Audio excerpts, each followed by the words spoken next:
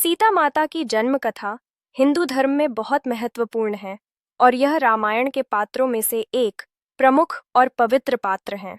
सीता माता का जन्म एक विशेष और अद्भुत घटना के रूप में वर्णित किया गया है। आइए सीता माता के जन्म की कथा को विस्तार से जानते हैं।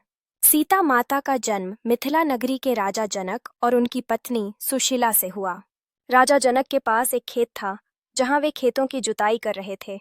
एक दिन जब राजा जनक ने हल चलाया तो उनके हल में कुछ कठोर वस्तु आ गई। जब उन्होंने उसे निकाला तो वह एक गोल बक्सा था। राजा ने बक्से को खोला और देखा कि उसमें एक सुंदर कन्या सो रही थी। यह कन्या थी सीता, जो एक अद्भुत रूप से उत्पन्न हुई थी। राजा जनक ने उसे अपनी बेटी के रूप में अपनाया और उसका नाम सीता रखा। सीता का जन्म कोई सामान्य जन्म नहीं था, बल्कि यह एक दिव्य घटना थी। यह घटना इस तथ्य को प्रमाणित करती है कि सीता माता को देवी लक्ष्मी का अवतार माना जाता है, जो पृथ्वी पर रघुकुल के उद्धार के लिए आई थीं। सीता के जन्म को लेकर यह भी मान्यता है कि वे धरती माता से उत्पन्न हुई थीं और इसलिए उन्हें भूमि पुत्री भी कहा जाता है। सीता के विवाह के समय एक महान प्रतियोगिता का आयोजन हुआ था, जिसे स्वयंवर कहा गया।